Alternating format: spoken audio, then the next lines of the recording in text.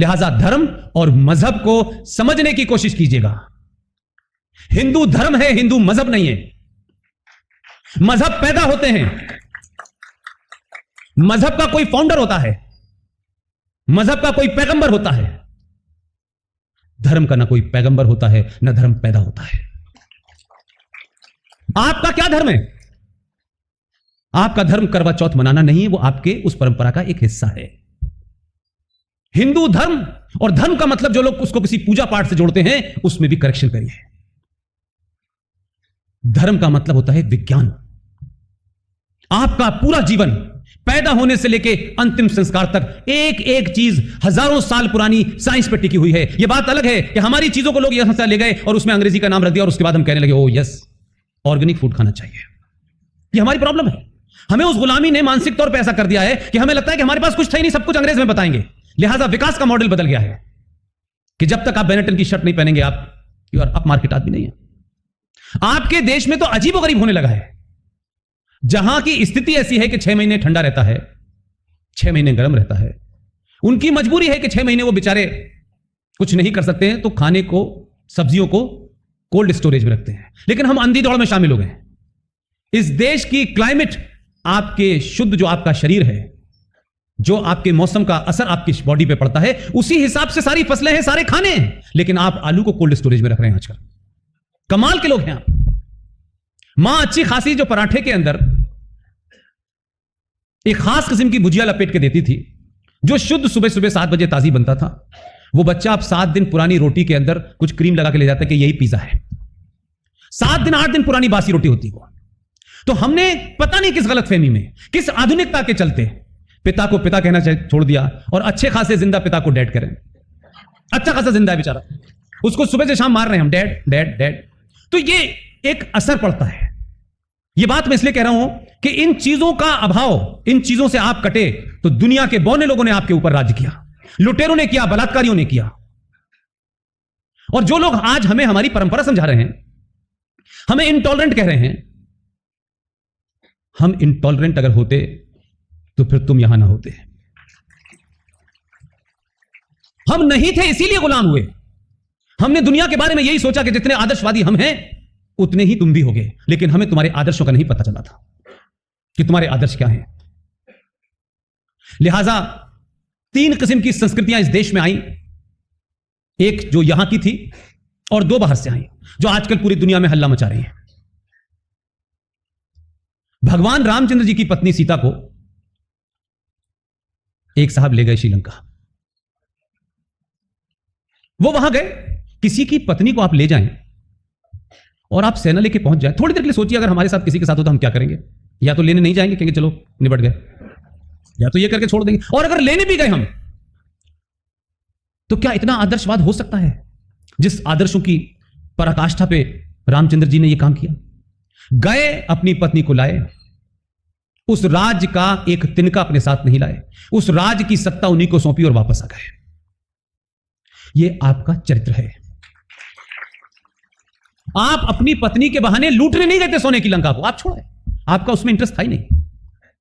यहां आए कुछ लोग भारत में, उन्होंने भारत आए और भारत में कुछ लूटा, कुछ भारत की चीजों का इस्तेमाल किया।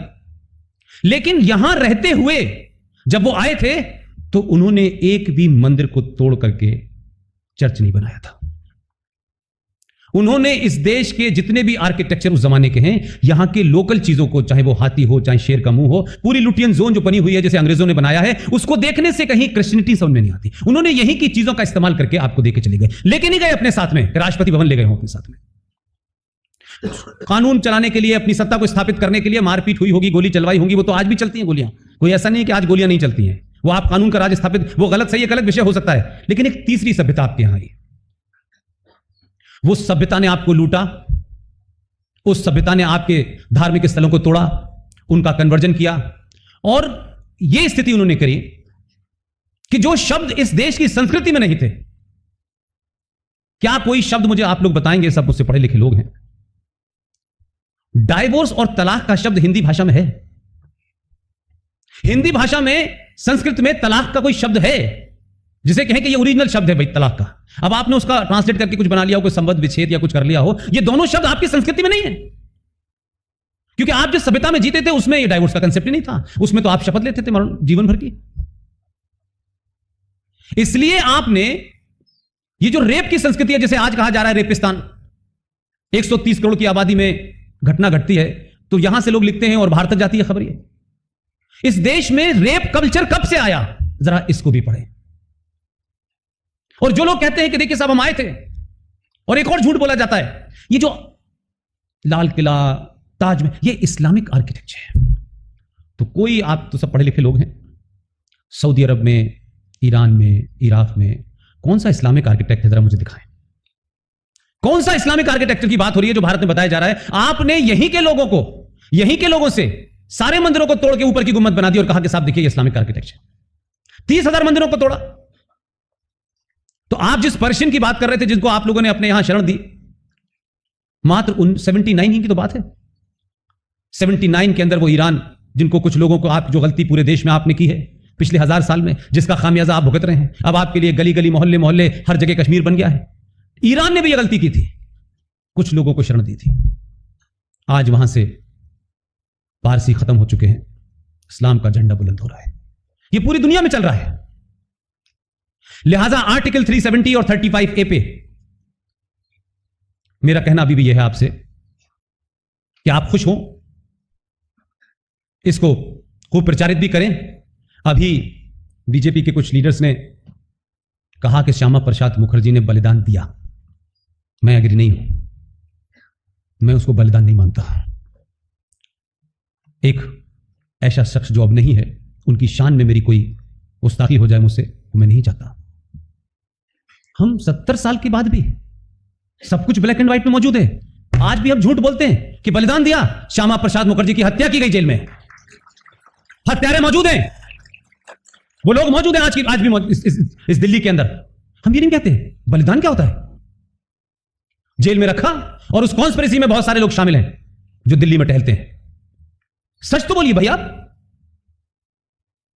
श्यामा प्रसाद मुखर्जी ने बलिदान दिया एक कॉन्स्पिरेसी के तहत।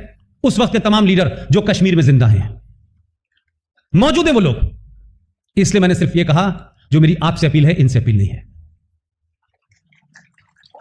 नहीं, मैं देखिए, मैं जब बार बार कहता हूं कि इनसे अपील नहीं है, तो आप इनको ये मत मानिए कि इनसे कोई मेरी नाराजगी है।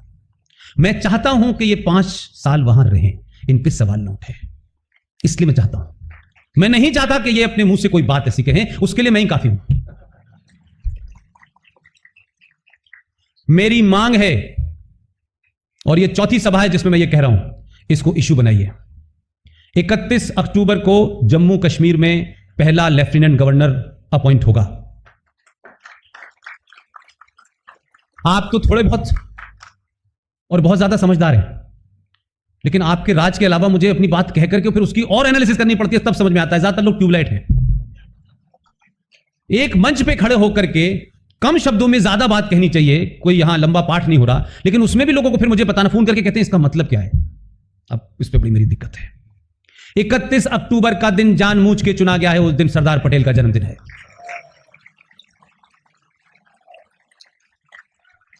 और जब इतिहास लिखा जाएगा, तो जिस सरदार पटेल को कश्मीर से दूर रख करके कश्मीर का ऑपरेशन नेहरू जी ने किया, आज उसी सरदार पटेल की धरती से निकले हुए एक दूसरे आदमी ने उसका ऑपरेशन कर दिया है।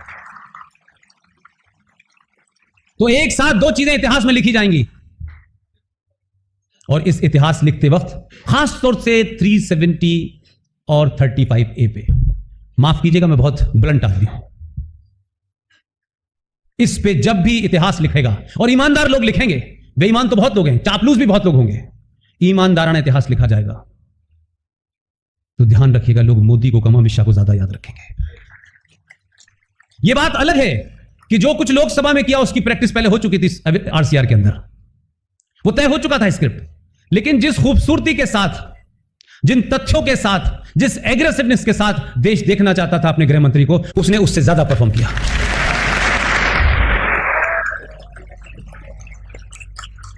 और उसी डिस्कशन में जिस बात को पिछले 3 साल से बार बार रिपीट करता था मैं सोचता था कि कोई इसको ऐसे प्लेटफॉर्म से कहे जिनकी लोग सुनते हैं।